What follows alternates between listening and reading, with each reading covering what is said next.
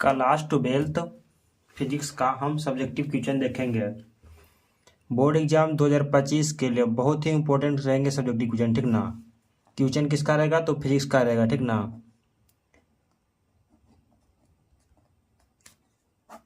दो 2025 board exam के लिए बहुत ही इंपॉर्टेंट क्वेश्चन रहेगा, ठीक ना। ये सब क्वेश्चन याद करके जाना है एग्जाम देने के लिए, ठीक ना। तो ये सब क्वेश्चन आप लोग इसे याद कर लेंगे, ठीक ना। क्वेश्चन क्या है कि विद्युत क्षेत्र रेखा एक दूसरे को क्यों नहीं काटती है। जो विद्युत क्षेत्र रेखाएं हैं, ठीक ना, वो एक दूसरे को क्यों नहीं काटती है, ठीक ना। तो आपको आंसर में लिखना है कि विद्युत क्षेत्र रेखा एक दूसरे को नहीं काटती है क्योंकि वे एक दूसरे के क्या होते हैं? तो समानांतर होती है, समांतर होती है, ठीक ना। जो विद्युत क्षेत्र का रेखा होता है, ठीक ना, एक दूसरे को नहीं काटती है, ठीक ना। तो क्यों नहीं काटती है? तो एक दूसरे को क्या होती है? तो समानांतर होती है, इसीलिए नहीं काटती है, ठीक ना। अगला क्वेश्चन है, अगला क्वेश्चन मोस्ट इंपोर्टेंट क्वेश्चन है कि ऑप्टिकल फाइबर क्या है। ऑप्टिकल फाइबर क्या है? तो आंसर में क्या लिखना है कि ऑप्टिकल फाइबर एक युक्ति है, ठीक ना। ऑप्टिकल फाइबर एक युक्ति है, ठीक ना, जिसके द्वारा से क्या होता है? प्रकाश को बहुत कम मात्रा में हानि होता है, ठीक ना। हानि होकर एक दूसरे स्थान तक पहुंचाया जाता है, ठीक ना। क्या करना है कि ऑप्टिकल फाइबर क्या है? तो आपको क्या आंसर में देना है कि ऑप्टिकल फाइबर एक युक्ति है, ठीक ना। ऑप्टिकल फाइबर एक युक्ति है, ठीक ना, जिसके द्वारा प्रकाश को बहुत कम मात्रा में हानि होकर एक स्थान से दूसरे स्थान तक पहुंचाया जाता है या लाया जाता है, ठीक ना। ऑप्टिकल फाइबर, इसे क्या कहते हैं? तो ऑप्टिकल फाइबर कहते हैं, ठीक ना। अगला क्वेश्चन मोस्ट इंपोर्टेंट क्वेश्चन है, ठीक ना। अभी हम करवा रहे हैं दीर्घ उत्तरीय प्रश्न, ठीक ना। लघु उत्तरीय भी कराएंगे, अभी हम दीर्घ उत्तरीय करवा रहे हैं, ठीक ना। तो आप लोग इसे याद कर लेंगे, ठीक ना। जो भी हम डाल रहे हैं फिजिक्स का, ठीक ना, सब्जेक्टिव क्वेश्चन उसे याद कर लेंगे, ठीक ना। तो एग्जाम में 100% लड़ेगा, ठीक ना। क्वेश्चन क्या है कि फ्यूज तार के दो उपयोग को लिखें, ठीक ना। फ्यूज तार के दो उपयोग को लिखेंगे, ठीक ना। तो पहला में लिखेंगे इसका उपयोग उच्च, इसका प्रतिरोध, ठीक ना, इसका प्रतिरोध क्या होता है? उच्च होता है, ठीक ना। और इसका गलनांक निम्न होता है। जो फ्यूज तार होता है उसका प्रतिरोध क्या होता है? तो उच्च होता है, और गलनांक क्या होता है? तो नीच होता है, ठीक ना। दो उपयोग लिखेंगे, 2 नंबर मिल जाएगा। अगला क्वेश्चन है आवेश का क्वांटिक क्रम से आप क्या समझते हैं? आवेश का क्वांटिक क्रम से क्या समझते हैं, ठीक ना।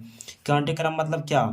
तो Q बराबर NU होता है, ठीक ना। तो आंसर में देना है किसी भी भौतिक राशि में Q बराबर NE प्रकार के सतत पैक्टों में होने की प्रक्रिया को ही आवेश का क्वांटिक क्रम कहते हैं, ठीक ना। किसी भी भौतिक राशि में Q बराबर NE प्रकार के सतत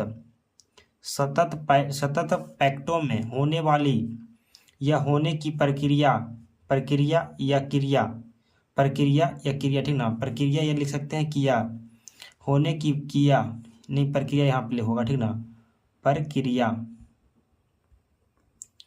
प्रक्रिया को आवेश का क्वांटिक क्रम कहते हैं, ठीक ना।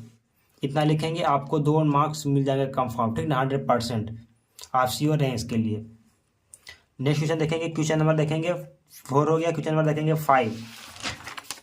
क्वेश्चन नंबर 5 देखेंगे जो कि मोस्ट इंपोर्टेंट क्वेश्चन है। क्वेश्चन नंबर 5 क्या है कि आभासी नमन कोण से आप क्या समझते हैं, ठीक ना। आभासी नमन कोण से आप क्या समझते हैं?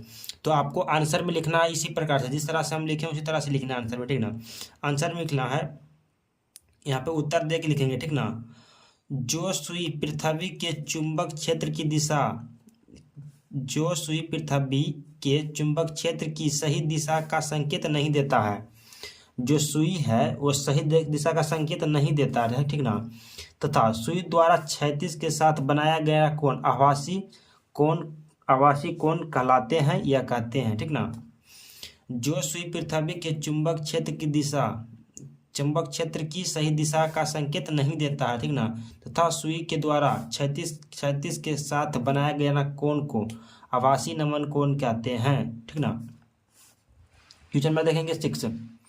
क्वेश्चन नंबर 6 देखेंगे जो कि मोस्ट इंपोर्टेंट क्वेश्चन है कि अन्योन्य प्रेरक से आप क्या समझते हैं, ठीक ना। अन्योन्य प्रेरक से क्या समझते हैं? तो क्या लिखेंगे आंसर में कि जब किसी कुंडली से प्रवाहित होने वाली धारा का मान समय के साथ क्या होती है? तो बदलती है, ठीक ना।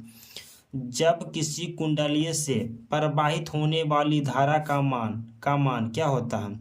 समय के साथ क्या होता है? बदलती है, ठीक ना। उससे विद्युत वाहक बल उत्पन्न होता है। किससे? तो उससे विद्युत वाहक बल उत्पन्न होता है, ठीक ना। इसी घटना को अन्योन्य प्रेरक कहते हैं, ठीक ना। क्वेश्चन को एक बार और पढ़ेंगे, ठीक ना, आप लोग इसे याद कर लेंगे, ठीक ना, पहले इसे समझेंगे, क्वेश्चन को समझेंगे, आपको याद हो जाएंगे, ठीक ना, रटना क्वेश्चन को नहीं समझना, ठीक ना। कि जब किसी कुंडली से प्रवाहित होने वाली धारा का मान क्या होती है, समय के साथ क्या होती है, तो समय के साथ जो की होती है, समय के साथ क्या होती है, बदलती है, ठीक ना। तो उसमें विद्युत वाहक बल उत्पन्न होता है, जब उसमें समय के साथ बदलती है तो उसमें विद्युत वाहक बल उत्पन्न होता है, ठीक ना। इसी घटना को अन्योन प्रेरक कहते हैं, ठीक ना। इतना लिखेंगे, 2 मार्क्स मिल जाएगा आपको। नेक्स्ट क्वेश्चन नंबर 7 है। क्वेश्चन में देखेंगे 7 कि प्रतिरोध को समांतर क्रम संयोजन में क्यों जोड़ा जाता है। प्रतिरोध को समांतर क्रम संयोजन में क्या जोड़ा जाता है, तो हमको आंसर में लिखना है क्योंकि इसका आंतरिक प्रतिरोध कम होता है, इसीलिए क्या करते हैं, तो समांतर क्रम में हम जोड़ते हैं। नेक्स्ट क्वेश्चन देखेंगे, क्वेश्चन नंबर 8 देखेंगे कि धारिता प्रतिघात किसे कहते हैं, तो आंसर में लिखना है कि जो विद्युत ऊर्जा को संधारित करने वाले उपकरण होते हैं, ठीक ना, उपकरण होता है, जो विद्युत ऊर्जा को संधारित करने वाले उपकरण होता है, ठीक ना, उसी को क्या कहते हैं, तो धारिता प्रतिघात कहते हैं, ठीक ना। नेक्स्ट क्वेश्चन देखेंगे, क्वेश्चन नंबर देखेंगे 9।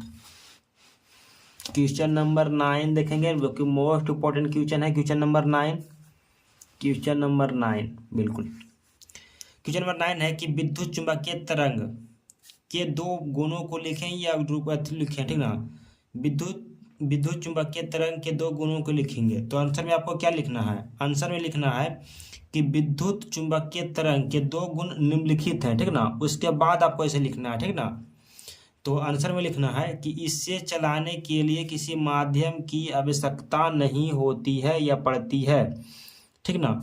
इसे चलाने के लिए किसी माध्यम की आवश्यकता नहीं होती है, उसी को क्या कहते हैं, तो विद्युत चुंबकीय तरंग कहते हैं, या लिख सकते हैं, इसे भी लिख सकते हैं, ठीक ना। और दूसरा पॉइंट में लिखना है कि विद्युत चुंबकीय तरंग विद्युत क्षेत्र में गमन नहीं करती है। जो विद्युत चुंबकीय तरंग है, ठीक ना, वो विद्युत क्षेत्र में गमन नहीं करती है, ठीक ना, विद्युत चुंबकीय क्षेत्र में गमन नहीं करती है, ठीक ना। नेक्स्ट देखेंगे, क्वेश्चन नंबर लास्ट देखेंगे जो कि 10 नंबर क्वेश्चन है, जो कि मोस्ट इंपोर्टेंट क्वेश्चन है एग्जाम के दृष्टि से। क्वेश्चन क्या है कि रदरफोर्ड के परमाणु मॉडल को लिखें, तो क्या लिखेंगे, नाभिक में प्रोटॉन और न्यूट्रॉन स्थित होता है। नाभिक में क्या क्या स्थित होता है, तो प्रोटॉन भी स्थित होता है और इलेक्ट्रॉन भी स्थित होता है, ठीक ना। प्रोटॉन और न्यूट्रॉन भी स्थित होता है, ठीक ना, होता है। इलेक्ट्रॉन इसमें क्या करता है, तो चारों ओर चक्कर लगाता है, कक्षा का क्या, तो चारों ओर घूमते रहता है, ठीक ना। इलेक्ट्रॉन इनके चारों ओर चक्कर लगाता है, तो क्या बोले, इलेक्ट्रॉन जो है, इलेक्ट्रॉन इनके चारों ओर चक्कर लगा रहता है, ठीक ना। उसी को रदरफोर्ड के परमाणु मंडल कहते हैं या मंडल कहते हैं, ठीक ना। इसको क्या कहते हैं, तो परमाणु मंडल कहते हैं, रदरफोर्ड के परमाणु मंडल कहते हैं। आपको क्वेश्चन पूछेगा कि रदरफोर्ड के परमाणु मंडल को लिखे थे, क्या लिखेंगे, नाभिक में प्रोटॉन और न्यूट्रॉन स्थित होता है, इलेक्ट्रॉन इनके चारों ओर चक्कर लगाता है, उसे रदरफोर्ड के परमाणु मंडल कहते हैं, ठीक ना। इतना लिखेंगे, आपको 2 मार्क्स मिल जाएंगे, ठीक ना। क्लास 12 का, ठीक ना, क्लास 12 का फिजिक्स करवा रहे हैं, ठीक ना। फिजिक्स का क्लास 12 VVI सब्जेक्टिव क्वेश्चन है, ठीक ना, VVI सब्जेक्टिव क्वेश्चन। चैनल का क्या नाम है, तो यूट्यूब चैनल का नाम है मेहनत SK, ठीक ना। और किसके लिए, तो बोर्ड एग्जाम 2025 के लिए, ठीक ना, बोर्ड एग्जाम 2025 के लिए बहुत ही इंपॉर्टेंट क्वेश्चन है, ठीक ना। हमारे टेलीग्राम चैनल से भी ज्वाइन हो सकते हैं, ठीक ना। टेलीग्राम चैनल पर इसका सारा PDF आपको सेंड कर देंगे, ठीक ना।